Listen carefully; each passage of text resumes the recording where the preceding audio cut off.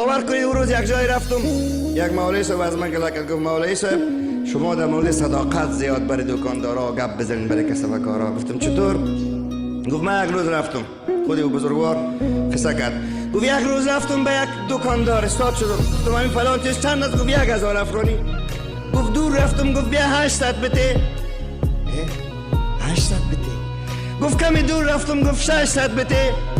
گفت کمی دور رفتم، گفت 200 بده. او از برای خدا 200 کجا؟ اینا شما حساب کنین چند فایده میگیره. یک حساب کنین چند میشه.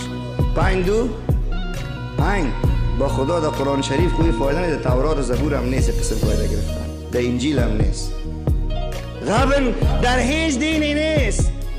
پس خطاب عام قرآن عظیم و شان به همه امت محمد مصطفی صلی الله علیه و سلم هست که